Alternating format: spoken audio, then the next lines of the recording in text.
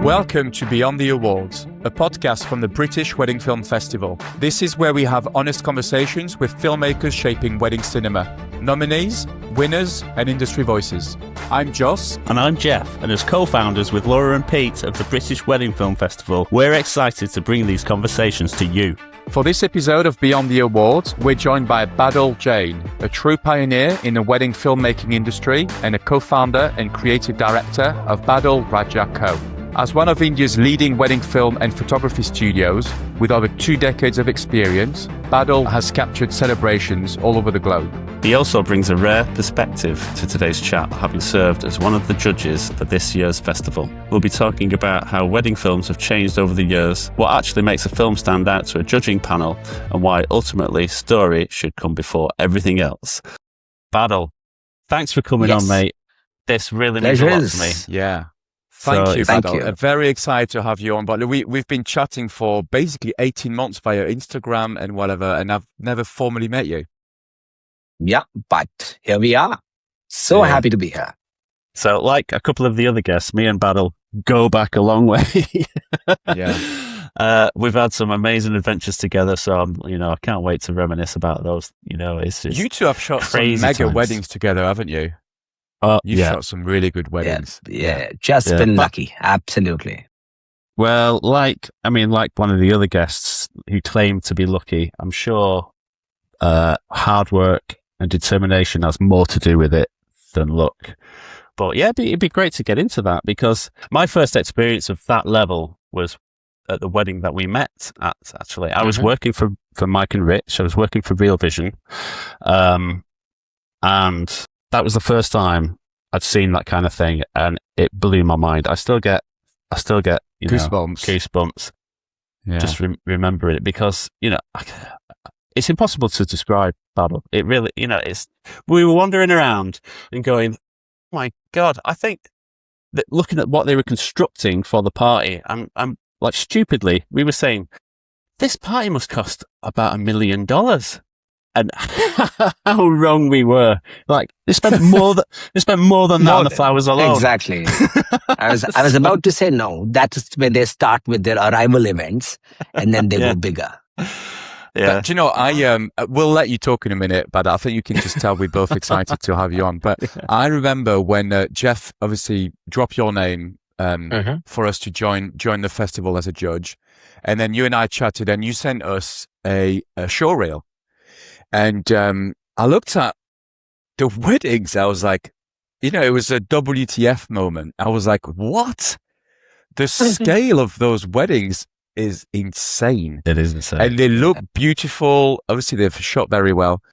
But the grandeur of it, I was like, insane. So I'm excited to go through that and understand how you shoot those, how you go about your storytelling. I assume you've got a team. That kind of thing. So we'll go through all of these things, because I'm excited about this chat. All yours. Please. I think it was a journey that me, Jeff, all of us traveled together. And whenever something of that bigger scale came to our table, and there's nothing else that I could just think of is first to call Jeff.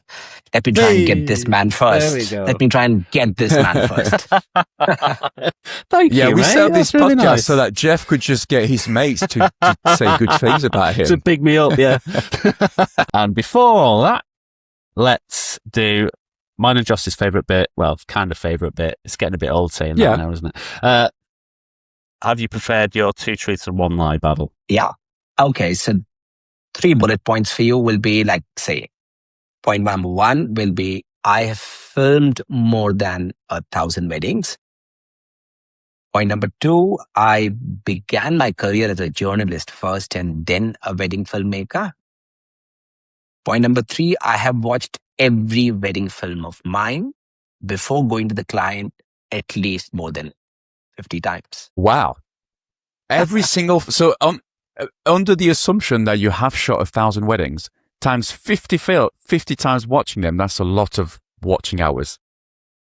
And what was the middle? So one of this is a lie, my friend. So yeah. I'm trying to put 2 and 2 together. Yeah. You know what, Joss? I might have to sit this one out, because I think I already knew the answer. Okay, I'll take points off you then, Jeff. So I'm disqualified straight away. Okay. He knows too much about me, so that's the problem.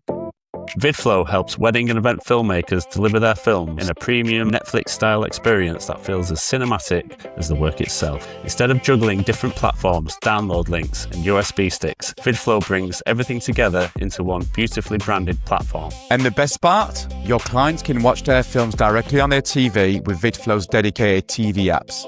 No HDMI cables, no USB sticks. Just open the app on your TV and press play. Built specifically for wedding and event filmmakers, VidFlow gives you everything you need in one place. Private galleries, streaming, downloads, and easy sharing. You can also make the experience completely your own with your logo, color, fonts, website, and social links all built into the platform. So every gallery feels like an extension of your brand. Visit vidflow.co/British Wedding Film Festival to get started. And as a listener of Beyond the Awards, you'll get your first 10 gigabytes of uploads on us. That's right. He knows the things that he knows things that he shouldn't be knowing too. So I think I've got a little idea. I'll tell you what, Badal. The one fact that I did know about you, which would have been cool to throw in if I didn't know, was just let Joss know what was the biggest number of people at one wedding that you ever had. Because I remember you telling me we shot a wedding reception of son of a chief minister. That event had 200,000 people at one wedding. Yeah. Oh my God. Yeah, that's another level. That is. Yeah. If you just said 2,000, we'd have been impressed. We would have, yes. No, but because you said the maximum number of people ever witnessed, and which was a witness for us also. But just happened once in my lifetime. But there were other incidents where I had 40,000 crowd on an average for sure, at least 10 times in my 25 years of career. Yeah, Jesus. I think the 200,000 one's new to me because I seem to remember the 40,000 was like the highest number when last time you spoke. So he was son of a chief minister, and the chief minister had his own following. And that's why when he went to the state, the province that he represented, the whole village, not just that village, but village surrounding the villages was invited. So it's typically like inviting the whole community. That's crazy. It's an open invitation, actually. Funny enough, anyone and everyone is invited. All right. So I can get it in my head. Do you remember the one I shot with both you and Raja in New Delhi? Okay, which it was one? The tobacco magnate. It was, I think, the actual wedding ceremony was about 4 a.m. because they had like a 7-hour barat, and that to me just blew my mind with the scale of that. That was stupid. So about how many people were there? Just give me an idea. Yeah, that was about what? Yeah, of course, about 3,000 odd people there. Right, Jesus, and that was big enough. And that's already big, yeah. Yeah, but I'm not too proud of that night and not too proud of what was happening in terms of display. That was there for all of us too. It was a bit much, wasn't it? It was just. That was the first time I think in my life that I suffered with culture shock. You know, I think I was left alone during the Barat and it was so hot, even at 4 a.m. And it was it was just going on for hours, 7 hours. And I just thought, I just couldn't, my brain just couldn't compute it all. Yeah, so and that's the time. And then, and I was knackered, you know, because I was jet lagged as well. And it was just, And that's the time when I tell it to myself, this too shall pass. Yeah, you got a good coping mechanism. I'll give you that. Yeah. So, but can you, because there's going to be a lot of stories, I feel, on this podcast, but can we go back to the very first story, Badal, where the time when you started, like, how did you get into wedding filmmaking? Without giving too much away as to whether you were a journalist or not. But how did it all start for you? So, of course, we were journalists and we were very happy doing what we were doing. But suddenly, as life would have surprises for you, I was jobless and literally had nothing much to do. And my father said, now that you have these cameras in-house, try and do something around it. Somehow after trying different avenues, which is shooting fashion shows, shooting documentaries. I always found money not coming back to me faster. And that's when my father told me, why don't you get involved into something that you shoot and you get paid faster than anybody else? And that's when maybe it just struck to me that I think shooting a wedding could be one opportunity where you get paid the fastest, because one would want to relive the memories sooner, the better. And that's how I ended up shooting my first wedding. Trust me. Jobless, married, going to be a father soon. And here I am shooting my first wedding. And when was that? What year was that? 2002. Wow. So let me do some math, 24 years ago. Whew, 24 years ago. Absolutely. Absolutely. That's amazing. So yeah. I assume the scale of the weddings that you were shooting at the time were nowhere near what you do now, right? So I was, so here I'd like to say, in India, we call it like good karma's coming back to you. So I think somehow it worked for me from the very first wedding, and I don't remember shooting any wedding which was not an A++ category wedding since my first wedding itself. I was very lucky. So here I definitely give it to destiny, to God, to my parents' blessings and things like that, that I ended up shooting a prominent film producer of our times in 2002. Oh, wow. Yeah. That was lucky. So it was amazing. And it just happened. And thanks to the lady, a wedding planner called Meher Sarid, who trusted in me, I just gave her stories and she said, really, you think you're going to be able to do something even close to what you're narrating me in my room?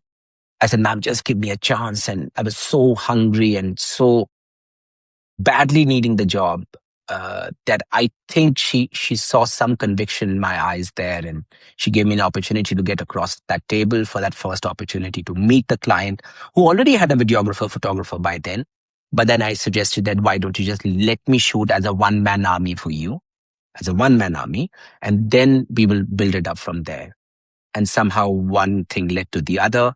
And it's only later I realized that it was not shooting the wedding that excited me the most, but it was the intrapersonal skills that I possessed that came out for me too, that I realized it's so beautiful to dig in stories of all of these beautiful couples and these families who let you in their private lives. What a great opportunity for us to observe, absorb, and then reflect back and give them these memories in forms of a great album or a docu-feature, which never existed during those times. People just used to do a run and gun situation, just shoot things and just package it up and give it back. And here I was, because of my journalistic backgrounds, trying to create a story of it all. And it's been going since last 24 plus years, and I'm still enjoying it as much as I did the first time, because still we don't shoot more than 15 weddings a year, and I like to shoot it myself, and I'd like to be next to my team, want to enjoy, want to take everything, enjoy the euphoria, feel the pulse, talk to the families, create a story. As a matter of fact, now we started editing everything for the last 7-8 years, pretty much the same night. So Jeff knows it, right? That's exactly what we did in Dubai and all the other weddings that we shot together, is that we would shoot, we would come back. There'll be another editor who will cut that 7-8 hours of footage to about 40-50 minutes for me the same night. And that 40 minutes will then be turned into a 2-3 minute short film for them to be able to enjoy the next day. So everything is pretty much churned out within 24 hours. People now call it same day edit, but in 2017 is the time when I first started it. And we didn't know that it will be such an important, in a way, it was a comeback for us, because we've been shooting weddings since 2002, Jeff. And by 2016, I would easily say that we would have done literally everything under sun to try and create some different film for our client. But I think this was a big spinner for us and a big challenge for us that we just experimented with and paid off. And till today, not too many companies would end up proudly saying that I'm the one who's shooting the wedding, I'm the one who's editing the same night, and I'm the one who's meeting you the next day to shoot another event for you. So literally about 18 to 20 hours of work every day we put in for all the weddings we are shooting. Yeah. It doesn't sleep. Yeah. Well, that's amazing. I've said it before. It's a secret weapon. If anyone finds that they're not getting as many bookings as they'd hoped, then if you master same day edit, it's like the best business card in the world. Everyone in that room suddenly wants a piece of you. It's unbelievable. So Absolutely. it's pretty hard to do though, isn't it, Badal? And you set up the business with your brother, right?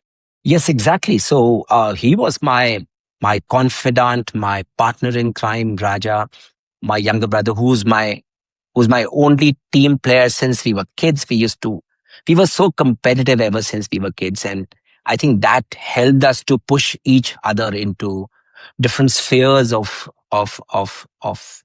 professional careers. So he was also a journalist, and later the both of us started this company called Badal Raja Company. I am Badal, he is Raja. And somehow it touched the right pulses for both of us. And here we are, going so strong after 25 long years.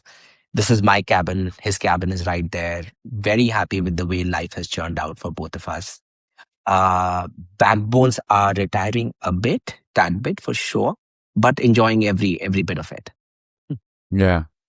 I wish I could have set up a business with my brother, but I don't think he's into wedding filmmaking. He's an engineer. He's not. Wow. He'd be more interested in what's inside the camera than what comes out of it, Oh, yeah.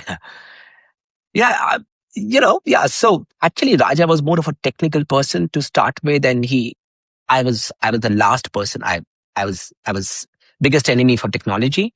I wouldn't even know how to do softwares, nothing. So he was the one who took charge of trying to edit. Like earlier we used to shoot on these big cameras. I don't know.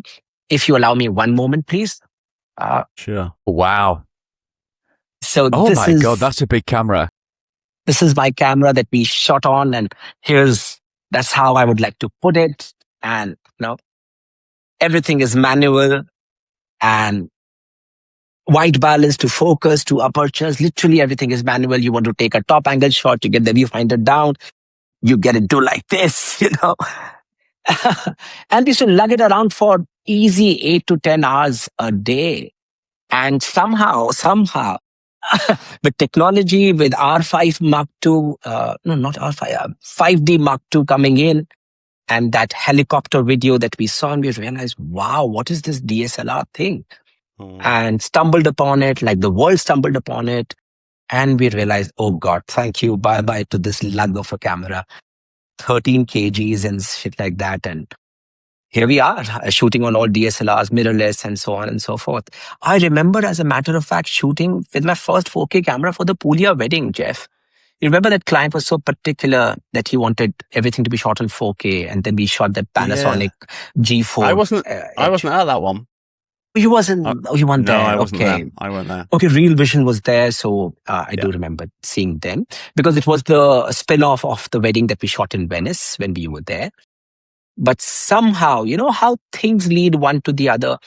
And I would always want to tell all these photographers, videographers around the world is that I think that curiosity should be the key to life. That can't die. I'm 50 today, but I'm still so curious about technology, where the things are shaping up, the way reels are made, as much as I like to dislike them, but there must be something that I can take from there to possibly be giving to the bride and groom who are half my age today, how to get their attention. And touch wood, calendar is nice. We're shooting a whole lot of weddings now. We're shooting 6 weddings in a row in Udaipur from November to March. It's so funny. Wow. But it's so gratifying to see that we are still enjoying as much as we enjoyed it on day one. Needless to say that it's a teamwork. Technology is helping us so much, for the way AI is helping photo culling and editing and so on and so forth. Music is being helped with Spotify and AI suggesting you so many different songs. Instagram is helping us to see so many other videographers, photographers, filmmakers around the world to what they are treating their weddings as, and so much to learn. I've got a couple of questions for you, but based on your journey, like what are the things that you look back on and that you think were either your biggest mistakes in your career or the biggest learnings that you took early on? Yeah. I think my biggest mistake and my biggest learning, of course, will be that we realized the power of Instagram very late in life. We thought, the goodwill, word of mouth is the biggest power. I'm so popular. People know me. It's been 15 years of legacy. I have done 500 plus weddings by then. It would work for me. But sooner I realized that people would want to see your portfolio. People would want to see what's happening around your creative world. And there is no way better than using Instagram as, if nothing else, than just making your portfolio, building it up. So that I realized very, very, very late in life. But I'm happy that still I started my Instagram page in 2017, which was good enough. Not too late, not too early, but I wish I had started at least 4 or 5 years prior to that. It would have worked better for me. Is it still a massive part of your business now, I guess? Yes, I mean, in so many ways, because I'll tell you, so even if people know you and they have used you in their family weddings, but they're always curious. Okay, what's happening? That's the first question. I'm sure, Jeff, all of us are asked that. Okay, so what's new? What's new that you are wanting to bring to the table? I think that Instagram page may be a good answer for them to just browse through before they give you a call, just to see, okay, this is your body of work, how you've shaped it in the recent months. So I think it does help there. You've touched on it already, but wedding videos have changed dramatically over the last decade. Yeah, and I think obviously one of the biggest changes has been the length of it. Absolutely. It's people used to be happy to share a 5-minute video, didn't they? And now it's like anything more than a minute just feels too long. So, is there anything else you've noticed? Yes, I have noticed that. Yes, absolutely. No, we've noticed that. As a matter of fact, my last feed on my Instagram as a post was a 20-second video. So never in my life have I done that. And here I am shooting, putting a 20-second video of an entire wedding. But trust me, it is just for few eyes to understand that, okay, we can do this. But as they rightly say, that you are the energies you attract. And I want to tell people that, all of us are filmmakers, and we definitely need our time to narrate a story. It is not for the gram. It is for you, your personal consumption, for posterity purposes, for your families, for generations to come. And having said that, after 20, 25 years, here I'm standing and I still meet a couple of my old couples whom I've shot. They come to me and they say, you know what, we still would love to have it digitized, because earlier we used to give it on CDs and things like that. But we love the old school. We love the way how only the real sound was there. We love the way we're transported back in time. And it's easy for us because now we have all the time in life to see it, as a matter of fact.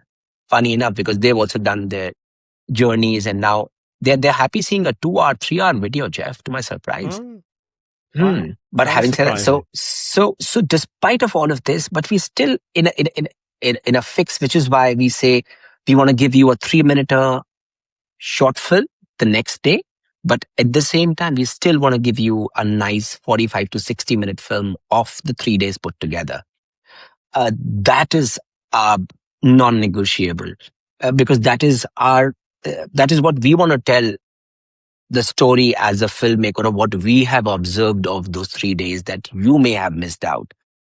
Now that 20-seconder, 60-seconder is for eyeballs, is for likes, is for whatever way you want to project it. But trust me, after that, it's just like a Coca-Cola. You want to just drink it, fine. But beyond that, you want something to come back to. You want to have a healthy protein shake. You want to have something more to remember. It can be that that mother's recipe that you would always remember. This is what my mama used to do for me when I was a kid. So I would like to take it. It has a very nostalgic approach to revisiting your own life whenever you would want to do that in that 45 to 60-minute film. And trust me, they won't realize it now, but you as a professional, it's our duty to tell them that please let us create this for you, because 5 years down the line, you would want to see a lot more than that 60-second film. Is there anything that's disappeared from wedding films that you're glad is gone? Has disappeared from the wedding film scenario. Yeah. So for me, it'd be slider shots, because people overused it and it felt like you were watching a wedding on a skateboard. Yeah. So I think with the advent of IBIS and the way 5-axis, 6-axis, 7-axis IBIS is in our cameras now, I'm happy how mobile our cameras have become. So I'm happy to see all these other extra equipments, be it that crane of yours, that the small little crane you used to carry all the time. God, yeah. Oh, what was it called? Jesus. Kessler. Kessler pocket jib. Yeah, Kessler pocket jib. And there's so many equipment that I bought only because Jeff used to possess them. I said, Jeff, where did you get this crane from? Jeff was like, it's Kessler, and then the sliders and all of these equipments, and the Steadicam, I think the manual one first, and then of course DJI got the other ones now. And so all of these, I'm happy for them to disappear, because now we are so much more mobile with a single camera in our hand. Earlier, I remember that green bag of yours with so many number of lenses. You still got, it's upstairs. 15, I'm gonna 18 years. I'm gonna grab it.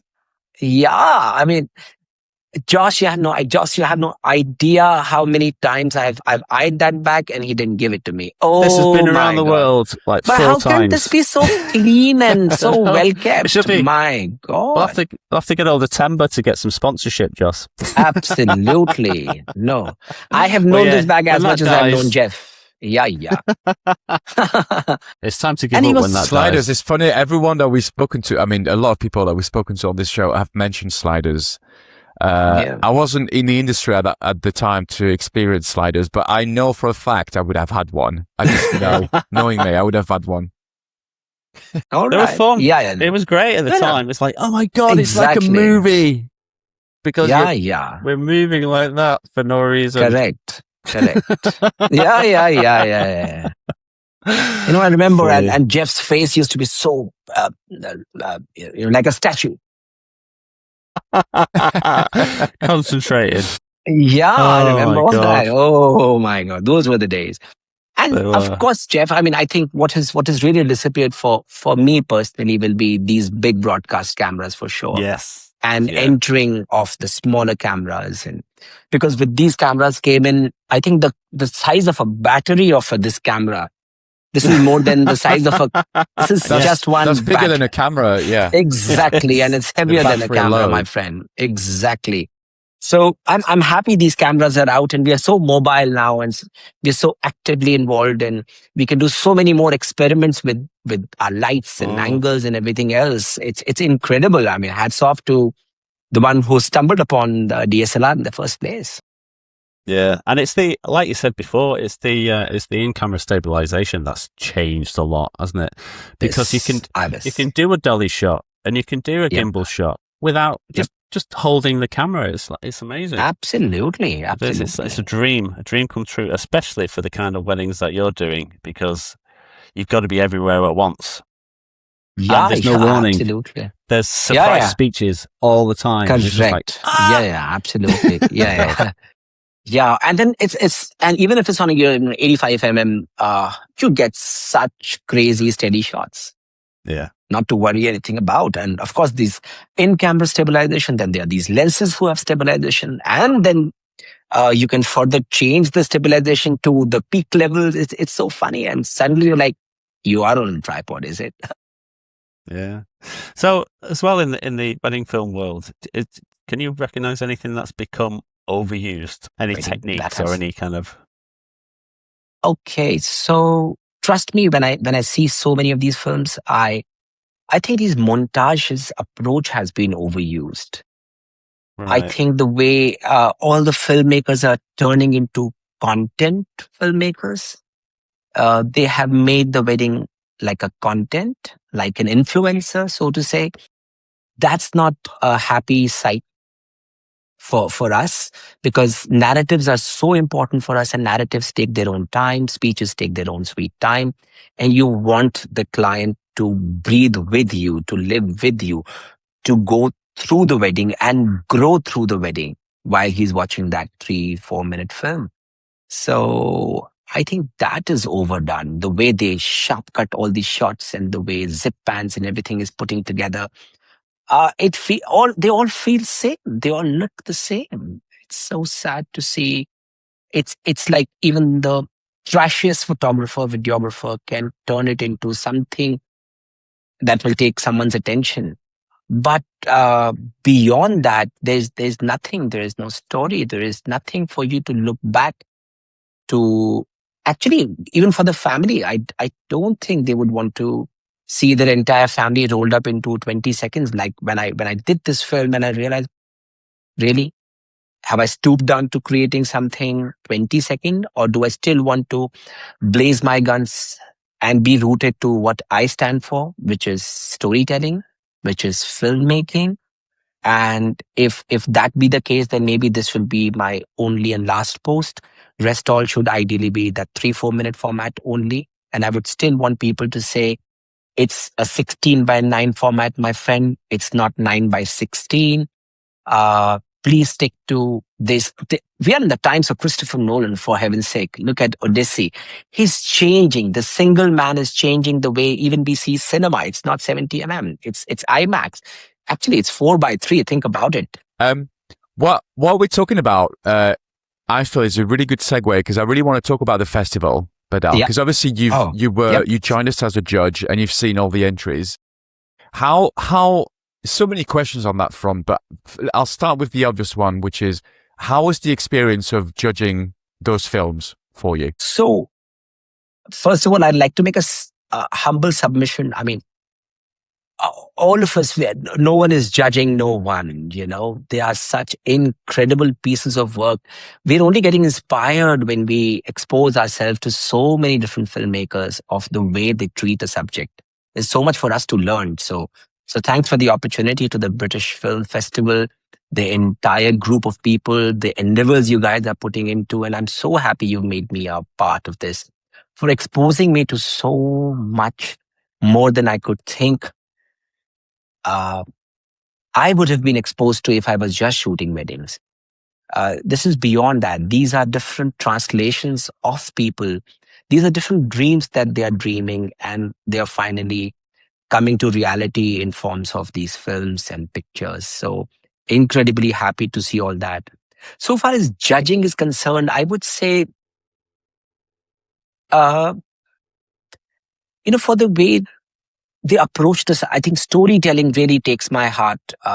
That really wants me to dive deeper. And I think the connection is made in the first 30 seconds. If there is a story to be told, it's first 30 seconds, or I will not even go farther than that. So I think the way you start your film will make me want to go deeper, and the way you end your film will make me remember you forever. So that's what I realized after I saw so many of these films. That's a good way to put it.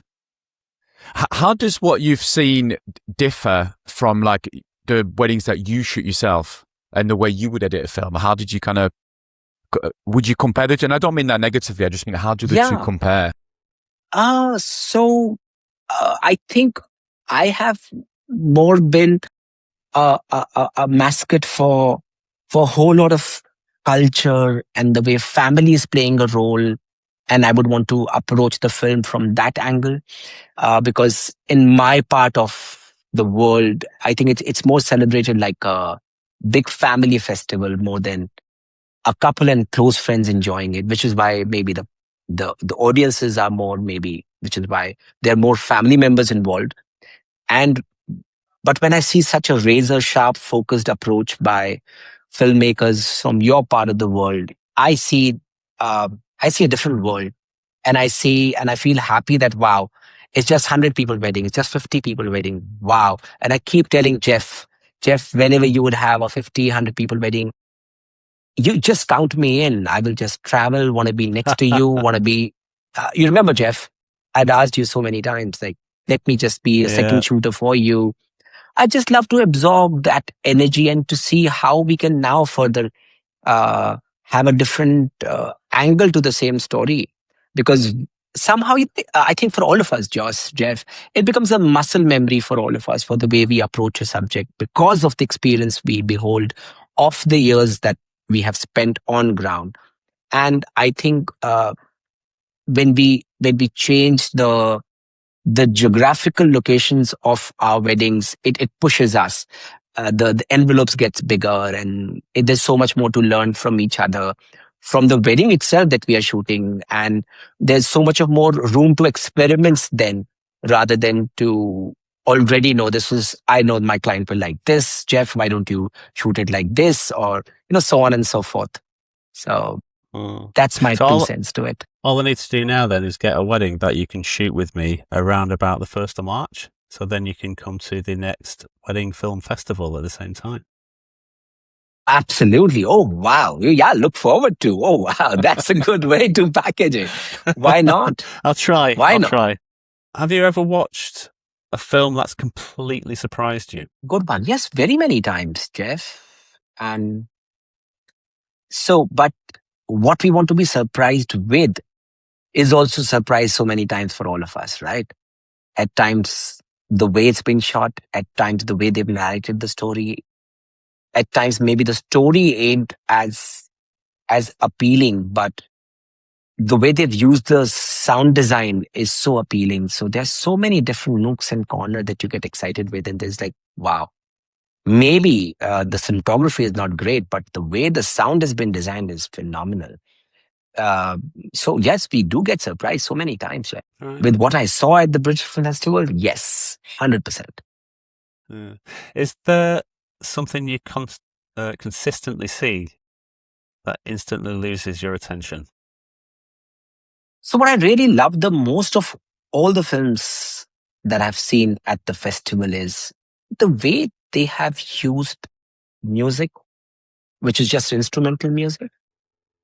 And I think gone are the days when music used to be so high in tonality and decibels that maybe you're celebrating more the composition than the film itself. But I've seen that going down. I see the way the natural sound is being complemented with music, and music just, if, I don't know, it's a funny example for, you've seen Heat, Al Pacino, Robert De Niro. Yeah.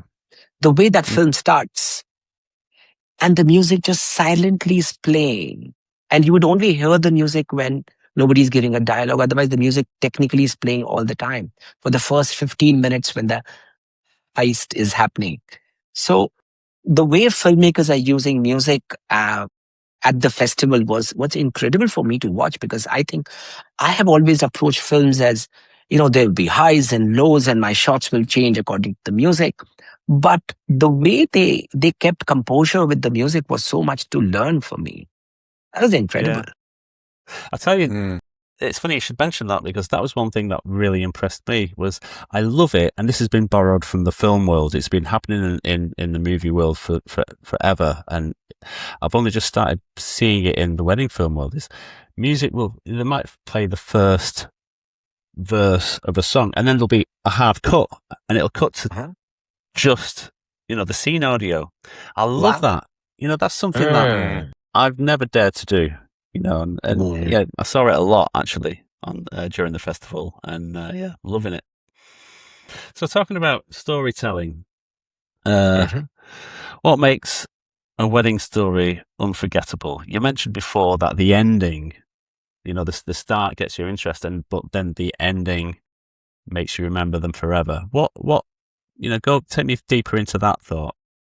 I think what will make any wedding film be loved and remembered forever by that particular family will be how honestly were you involved, not just shooting, but understanding their story as it was unfolding in front of your eyes during those 3-4 days of events. So despite of the razzmatazz of the wedding and the luxury and the pomp and show and the money spent, if you can read through those eyes, through those pauses, through those silent moments at times, through the way they were communicating to each other, maybe at times when they lost their temper, still how did they regain it back?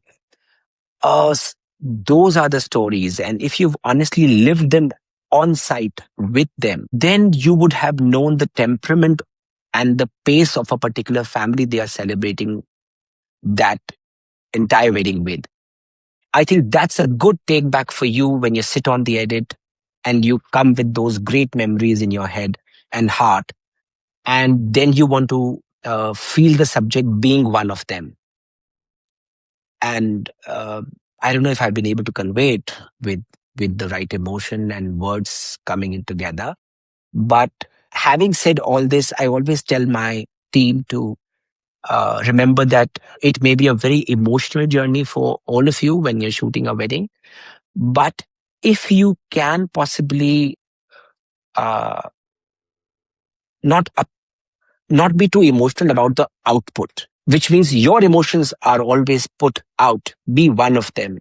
Don't judge them for the loud celebrations. Don't judge them for the bland celebrations or whatever. Just be one of them and see that this is why this family enjoyed these 3 days so much. You may have not enjoyed as a guest, maybe, if you were one of the guests, but just try and translate their story with as much of honesty and sincerity by being one of them. I think that's happens when you don't try and color your film to make it more interesting for the gram, or you color your film to have unnecessarily highs and lows, to build it to a crescendo and then take it back. Don't do all that. Just let it flow. So interesting. Makes sense? Yeah. Yeah.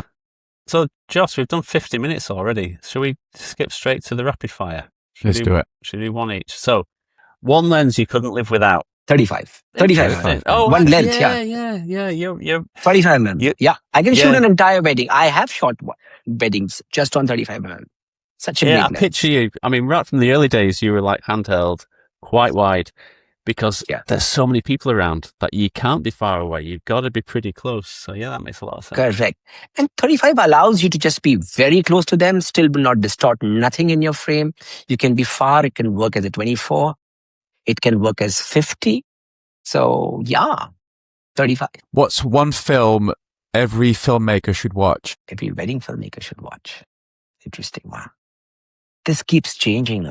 I would say, I don't know why, but I'll say Shawshank Redemption for the way it handled, for the way it handled human emotions, for the way it handled the story.